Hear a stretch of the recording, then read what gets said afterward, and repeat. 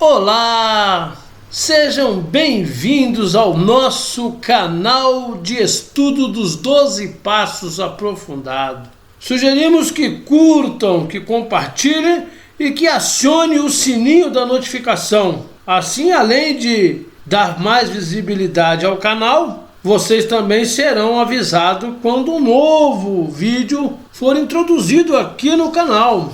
Esse é o nosso vídeo de número 2 do terceiro passo. Nós vamos usar nele o livro Os 12 Passos e as 12 Tradições. Lá no vídeo de número 1 do terceiro passo, nós usamos o livro azul, o texto básico para os Alcoólicos Anônimos, onde a gente viu 4 citações da expressão que sugere que os alcoólicos se convençam dos 2 primeiros passos como requisitos para chegar a esse terceiro. Sem pular etapa, é claro, né? Convença todos os alcoólicos de que pode se recuperar. Olha o que fizeram conosco, nos convenceram que é alcoólicos. Convencidos disso, estávamos no terceiro passo, que nos sugere que decidimos entregar nossa vontade e nossa vida aos cuidados de Deus. Também vimos lá no texto básico, no vídeo 1, que o egoísmo é a raiz de todos os males, levado por centenas de formas de medo, auto-engano. A gente pisa no calo dos outros e eles revidam porque também têm instintos. Não tem como se livrar do egoísmo sozinho, sem a ajuda de um poder superior. Vimos que o que deve guiar a nossa vida não deve ser o ego, a teimosia, a autopropulsão, que devemos agir e não reagir.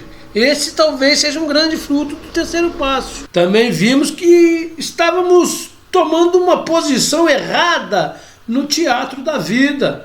A maioria de nós queria dirigir o espetáculo, esquecendo que o papel que nos foi desempenhado é de atores e não de diretores. Então estávamos nos locais errados. E vimos a questão da hierarquia espiritual. Ele é o pai, nós somos os filhos. Ele é o patrão, nós somos os empregados.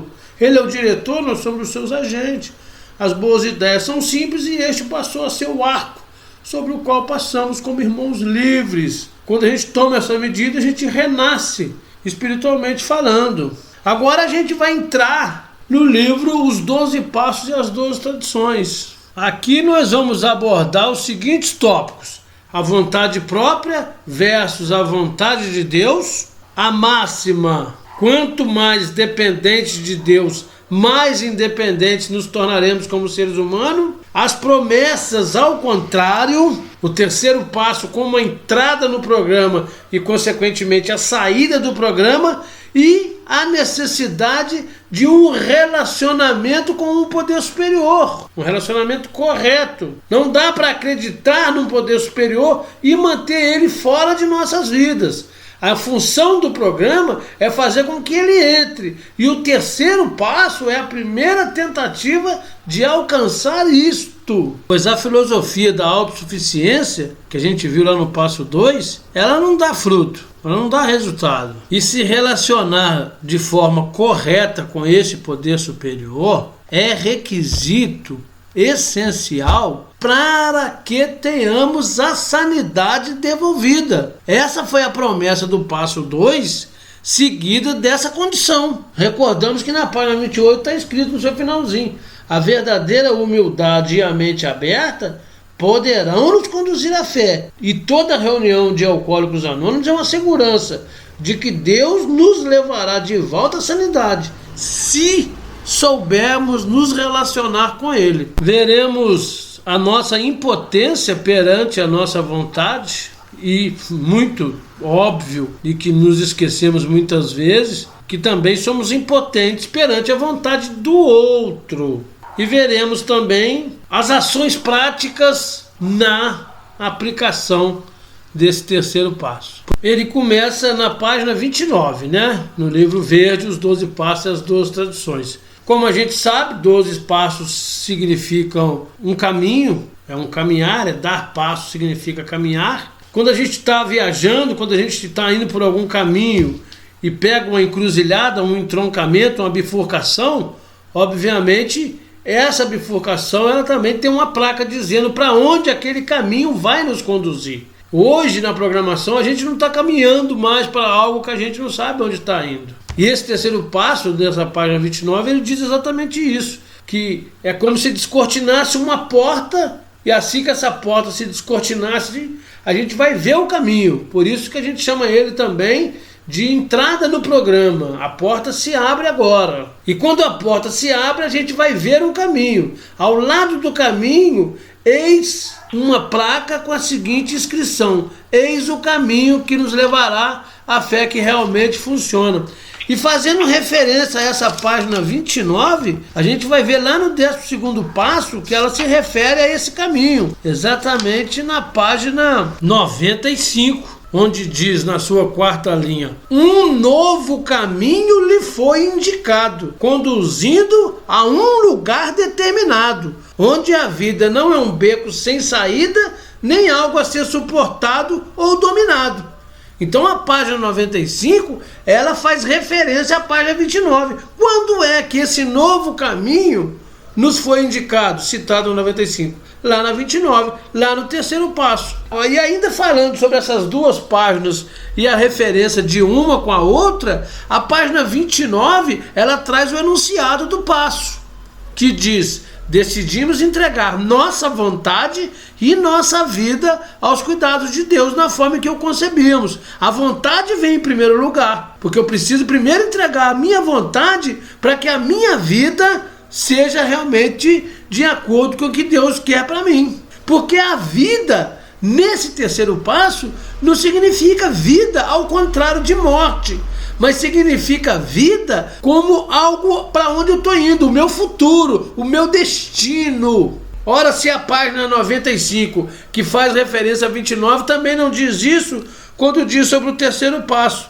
Ela diz lá embaixo: no terceiro passo, entregamos nossa vontade e nosso destino aos cuidados de Deus na forma em que o concebíamos. Então ele troca a palavra vida na página 95, ao se referir ao terceiro passo, pela palavra destino, para exatamente mostrar que é isso que quer dizer. O amanhã, o meu futuro, o porvir, eu vou entregar ele nas mãos de Deus, mas primeiro eu preciso entregar a minha vontade. E é até interessante substituir a palavra entregar pela palavra apresentar, que também cabe na tradução. Decidimos apresentar a nossa vontade. Apresenta a Ele a nossa vontade, os nossos desejos, os nossos desígnios, as nossas intenções, os nossos projetos e assim também o nosso futuro. Uma coisa vai vir consequente da outra. Por isso que a ordem dos fatores aqui implica realmente na alteração do resultado. Para abrir essa porta, existe apenas uma só chave, que é a boa vontade. Nessa fase da programação, o programa não nos pede força de vontade. Força de vontade, nessa fase, é até um empecilho. Porque se eu estou indo na direção errada de uma estrada, quanto mais força eu fizer, mais errado eu vou estar. Aqui o que eu preciso é boa vontade. Por isso que ele diz: existe apenas uma só chave, e se chama boa vontade. Uma vez introduzida a chave da boa vontade, a porta se abre quase que sozinha. E vamos refletir um pouco o que será essa porta. Se fala muita coisa, respeitamos tudo que se fala, mas estamos aqui expondo, jamais impondo a nossa opinião. Porta, muitos falam que é a porta da mente. Não, a mente se abre no segundo passo, mente aberta é o segundo passo.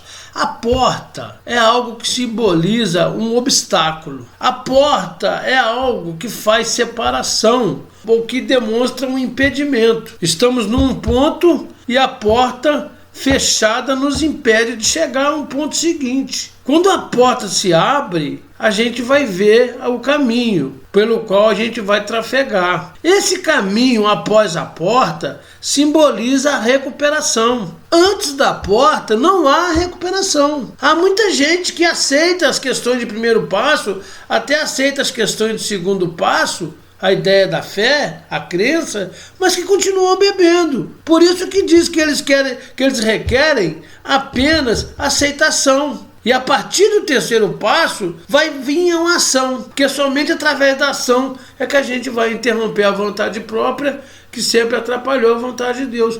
Então, ao ultrapassar essa porta, eu começo a recuperação.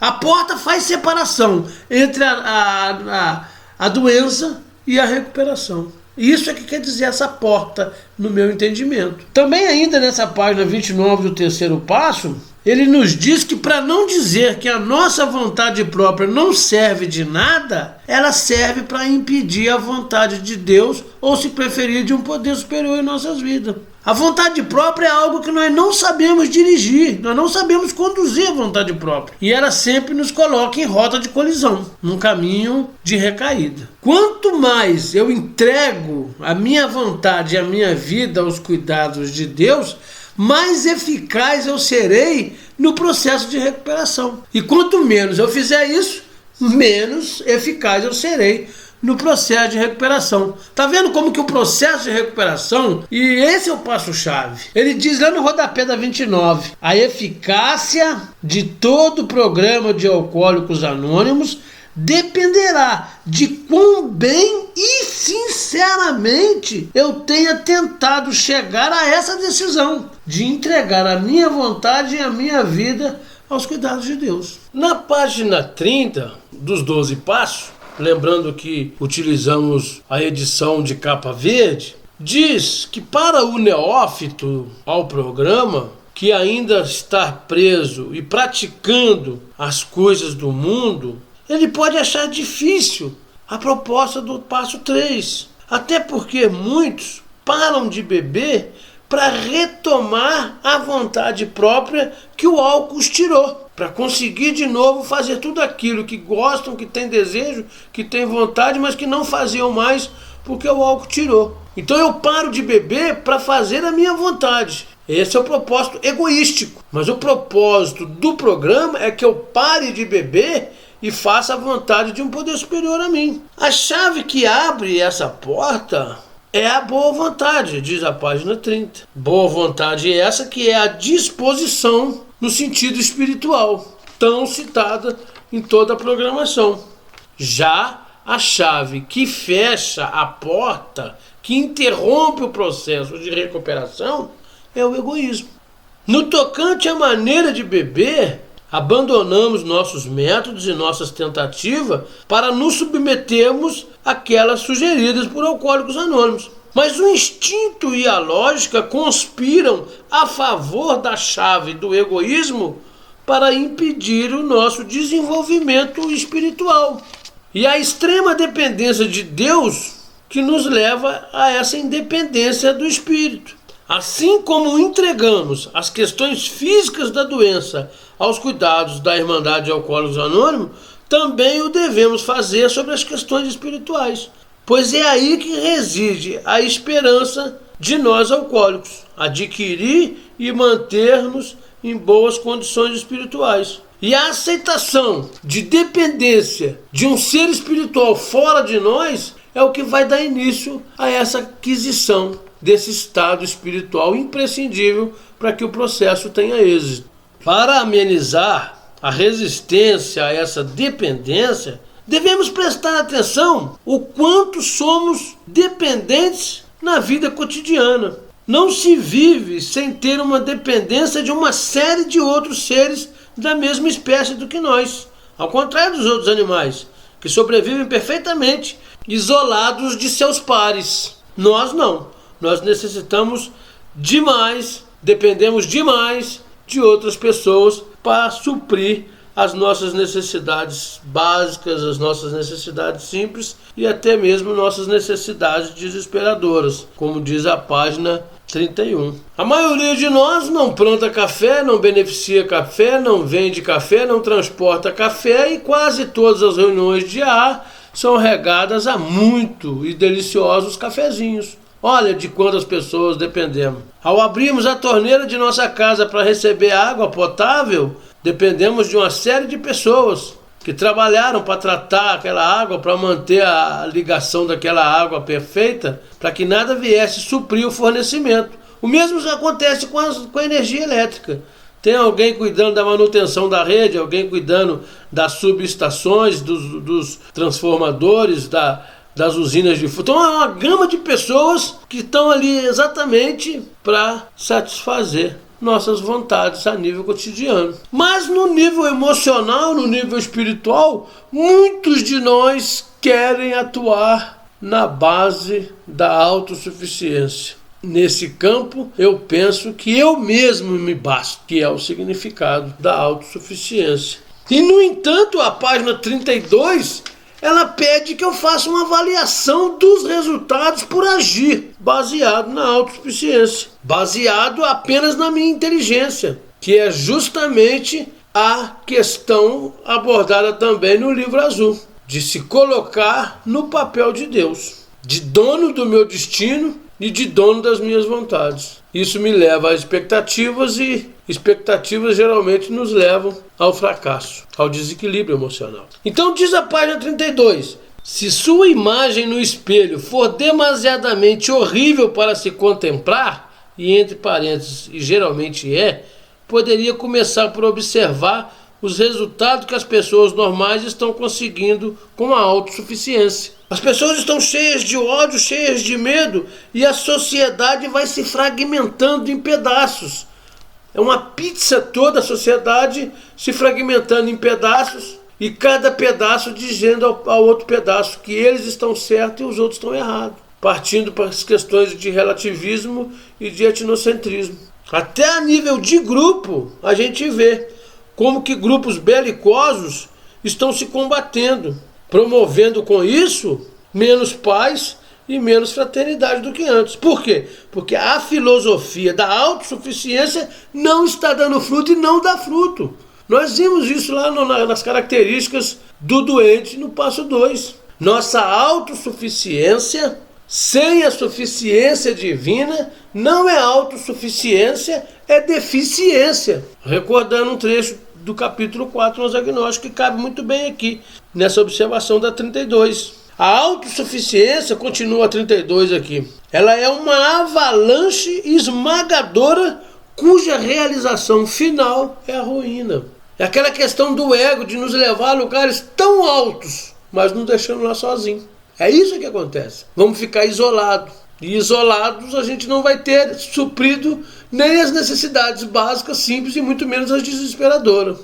Tá vendo como que as questões espirituais podem influir nas questões simples no campo cotidiano? Muito rico e muito sábio esse nosso terceiro passo. Mas, como após a embriaguez veio a sobriedade, após a tempestade vem a bonança. A tempestade da vontade própria, simbolizada pela avalanche, citado na 32, fez de nós afortunados. Aquilo que não nos destruiu, nos fortaleceu. Porque nós aprendemos com os erros. As circunstâncias que nós chegamos devido a essa condição, nos persuadiu, nos convenceu a procurar uma solução melhor. Foi a circunstância. Ainda impelido pelo álcool, viemos parar no AA. Impelidos pela avalanche da vontade própria, chegamos ao programa de AA. Diz a página 32. Cada um de nós passou pelo encontro quase fatal com a avalanche da própria vontade e, sob seu peso, sofreu o suficiente para se dispor a procurar uma solução melhor. Dessa forma, mais pela circunstância do que por qualquer virtude, viemos parar em AA. Admitimos a nossa derrota, primeiro passo, adquirimos os rudimentos da fé, segundo passo, e agora aqui a gente está querendo tomar essa decisão de entregar, de apresentar, de falar para Deus a nossa vontade, nossos planos, nossos projetos e a nossa vida futura aos cuidados dele. Nós sabemos que existem formas erradas de dependência emocional, pessoas que vivem usando outras de muleta, geralmente alguém da família, alguém próximo, como a mãe, às vezes até alguma esposa, como no caso de alguns alcoólicos, citado até lá no 12º passo, que a esposa passa a ser mãe de um garoto, de um alcoólico transviado, diz lá, né, no 12º passo. Então existem formas erradas de dependência emocional. A gente precisa de se libertar dessa dependência emocional. Procurar a verdadeira dependência que não produz nada negativo ou pernicioso, que é a dependência de um grupo de AA ou de um poder superior. E essa filosofia de AA, de depender de um poder superior, desde a vontade, do nascedouro, daquilo que é o plantio, até a colheita, que é o futuro, que é o porvir, passou por um teste decisivo, diz a 33. Membros de AA foram para a Segunda Guerra Mundial. E lá eles enfrentaram a monotonia, enfrentaram a miséria, até a morte entre eles. E segundo a página 33, esse processo que o AA os ensinaram de dependência fez com que eles tivessem menos recaídas alcoólicas e menos bebedeira seca do que estavam dentro de casa, na zona de conforto. Tiveram tanta resistência e valentia quanto qualquer outro soldado. Tanto no Alasca como na praia de Salerno, a dependência de um poder superior funcionou. E longe de ser uma fraqueza, algo piegas, como diz o capítulo 4, demonstrou ser, paradoxalmente, a maior fonte de força. Porque Deus é a melhor fonte de estabilidade que se possa conhecer. Quando a gente depende realmente desse poder superior, fica fácil não bancar o próprio Deus diante de outro ser humano. E nem vamos sentir a necessidade de nos apoiar totalmente na proteção e no cuidado de outro ser humano. Essa referência é a página 103, que vai fazer referência a isso. Agora a gente está ancorado na maior fonte de força, que é o poder superior. Continuando aqui na página 33, ele vai falar agora das promessas ao contrário. Assim como a gente viu a promessa ao contrário lá no segundo passo também, no capítulo 4 do livro Alcoólicos Anônimos, a gente viu as promessas ao contrário, na página 81. Agora na 33 também ele vai mostrar as promessas ao contrário. Ele vai mostrar o sofrimento que a pessoa fica. E às vezes a pessoa vai sofrer mais agora do que até quando bebia. Porque quando ela bebia, ela usava o álcool para anestesiar. Agora ela tirou o álcool, que era anestesia. Ela ficou só com a dor, só com o sofrimento. E qual que é esse sofrimento? Exatamente esse sofrimento que trouxe ela para dentro de Alcoólicos Anônimos. Porque se ela estivesse bebendo sem estar sofrendo, ela não seria impelida para as portas de AA. Mas ela veio exatamente por causa das consequências. A gente admite a derrota perante o álcool e todas as suas consequências, que é exatamente essas promessas ao contrário, ditas nas 33. Vamos vê-las. Bom, nossa amiga agora deve ter se convencido de que tem problemas que não são álcool e que alguns deles se recusam a ser solucionados, apesar da máxima determinação e coragem que ele possa reunir. Esses problemas não desaparecem num passo de mágica. Vão tornar ele desesperadamente infeliz, vão ameaçar sua recém-encontrada sobriedade, vai colocar o nosso amigo vitimado pelo remorso e pelo sentimento de culpa cada vez que pensa no ontem. A amargura vai dominá-lo quando ele vai resmungar sobre aqueles que ele continua invejando e odiando.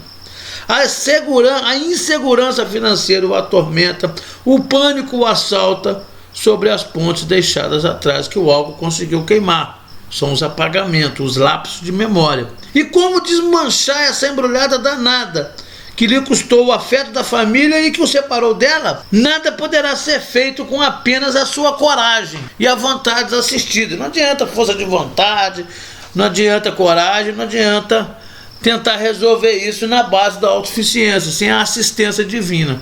Nós vimos isso no livro azul. Então agora chegou a hora de contar com a ajuda de algo maior fora dele, que para aqueles que têm dificuldade de acreditar no poder superior, pode ser o seu padrinho mais próximo de AA, que vai mostrar exatamente isso para o iniciante, que seus problemas agora estão mais agudos porque não tem um álcool para anestesiar, e que ficar só reconhecendo que é doente e ir na sala de AA é bom, mas o bom em AA é o pior inimigo do melhor. Isso é fatal, e tem que evoluir disso. Se eu ficar só frequentando reunião e aceitando que eu sou alcoólico, mais cedo ou mais tarde esse sofrimento vai acabar me tirando dessas duas coisas. Eu preciso evoluir para longe do alcoolismo, para longe do buraco do álcool. O AA tem um programa que nos leva para longe do alcoolismo. Não é só nos tira o álcool, não tira só a mania de beber. Diz assim: uma sobriedade maior, graças ao reconhecimento do seu alcoolismo, a frequência de alguma reunião é certamente uma boa coisa. Porém, fatalmente, está longe de ser uma sobriedade permanente, uma vida feliz e útil.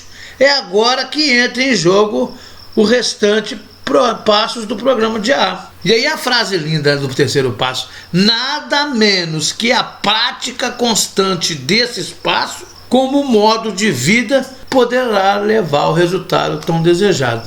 Então, como disse lá no início do passo, que a eficácia do programa depende desse passo, aqui na 34 vai dizer a mesma coisa, que só é possível praticar com êxito o restante do programa de AA quando eu tiver praticado com êxito esse terceiro passo. Quando eu tiver percebido que a defração contínua e a crescente convicção da vontade própria de nada serve. Quando eu tiver convicto disso. Além do álcool, existem muitas outras coisas pelas quais eu sou impotente. Torna minha vida ingovernável. Eu preciso de aceitar essa impotência perante uma série de outras coisas.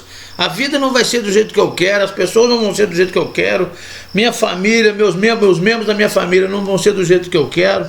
Se eu sou impotente perante a minha própria vontade, quem dirá perante a vontade do outro? Então eu preciso de entender isso. Conforme o passo vai terminar dizendo que quando eu adapto a minha vontade à de Deus e não o contrário, agindo com conveniência, eu preciso de agir com consciência e não com conveniência. Eu preciso aprender a usar de forma correta a minha vontade. E isso vai ser concluído lá na 114, quando vai dizer que agora, lá no passo 10, eu concluí. A sanidade foi devolvida e agora eu posso utilizar de forma correta a vontade própria, que é quando exatamente eu faço o que está na 34. É quando a gente tenta adaptar a nossa vontade à de Deus que a gente começa a usá-la corretamente. E isso é a revelação maravilhosa, quando a gente passa a contar com essa ajuda maravilhosa de um poder superior em nossas vidas. Como eu disse antes, desde do plantio até a colheita. O plantio é a minha vontade hoje, a colheita é o meu futuro. Mais uma vez eu repito, por isso é que faz diferença. Primeiro eu tenho que entregar a vontade, que é o plantio, e a vida é a colheita. Então isso foi uma revelação maravilhosa. Todo o nosso problema resultou do abuso da vontade própria. Fazíamos para depois pensar. Em vez de pensar para agir, não, a gente agia para depois pensar. Abusamos da vontade própria. Tentamos atacar o nosso problema com ela ainda. Ficou mais errado ainda. Jogamos mais álcool para apagar o fogo. A vontade própria causou problema. E tentamos usar a vontade própria para resolver o problema. Assim nós estávamos jogando álcool para apagar o fogo. Agora a gente percebe, à luz desse terceiro passo, à luz do que o AA nos ensina, que a gente precisa de modificar a nossa vontade, para que essa vontade esteja de acordo com a vontade de Deus para nós. E a função dos 12 passos é tornar isso cada vez mais possível. E esse é aquele passo que abre a porta, que dá o início, que apresenta a ferramenta. E uma vez que a gente concorda com essas ideias, diz a página 35, é fácil iniciar a prática desse terceiro passo. Toda vez que aparecer um momento de indecisão, e a vida é feita de decisões, a vida é feita de decisões e tem decisões que valem a vida. Então a todo momento a gente se vê encruzilhada, em opções, em oportunidades, em decisões, em escolhas. E toda vez que a gente estiver, ou seja, quase todo o tempo, envolvido em escolhas, toda vez que a gente estiver num distúrbio emocional, a gente precisa de fazer uma pausa para acalmar as emoções tempestuosas. Não podemos agir quando estivermos exatamente na tempestade emocional, porque falta oxigênio no cérebro e a gente não consegue ouvir, a passagem da luz não vai chegar. A gente vai ver isso logo em seguida no próximo vídeo, que é o primeiro do quarto passo. Por isso que ele diz que devemos fazer uma pausa e pedir silêncio. Pedir silêncio para quem? Pedir silêncio para a própria mente, que às vezes a mente não para. Não é somente silêncio de palavras, mas é um silêncio da nossa mente, que a nossa mente pare para cessar esse distúrbio emocional. Então toda vez que aparecer um momento de indecisão, toda vez que aparecer um distúrbio emocional, a gente deve fazer uma pausa e sempre dizer: concedei-me, Senhor, a serenidade necessária para aceitar as coisas que não posso modificar, coragem para modificar aquelas que eu posso e sabedoria para distinguir uma das outras. Seja feita a vossa vontade e não a minha. E assim termina o terceiro passo, essa decisão importante de deixar que um poder superior venha reinar sobre a minha vontade e reinar sobre a minha vida. E a partir do próximo processo de AA, que vai do 4º ao 9º, eu vou exatamente tentar descobrir e eliminar tudo aquilo que impede eu concluir essa proposta do terceiro passo. A conclusão do terceiro passo, ela vai depender da remoção dos fatores que impedem ele ser algo real na minha existência. E assim que eu remover isso, descobrir o que é isso, os obstáculos, e remover os obstáculos, eu vou viver o ápice desse terceiro passo lá no 11º passo. Que aqui foi a primeira tentativa de melhorar meu relacionamento com ele. E o passo 11, em outras palavras, será o terceiro passo na sua plenitude, a realização dele. Então daqui até lá tem uma viagem para ser concluída. Aqui é um processo, aqui é a ideia, e a conclusão dessa ideia também virá lá no passo 11. Muito obrigado, curtem o canal, apertem o sininho para serem sempre informados da criação de novos vídeos e se inscrevam no canal. Em breve a gente tem um projeto, talvez de fazer algum trabalho dentro do canal, que só vai poder participar exatamente os inscritos, para respeitar o princípio do anonimato e evitar aquelas pessoas que possam vir só para hackear, só para causar, né, aquele tumulto que a gente tem visto aí em outras plataformas. 24 horas e muitas sobriedades a todos.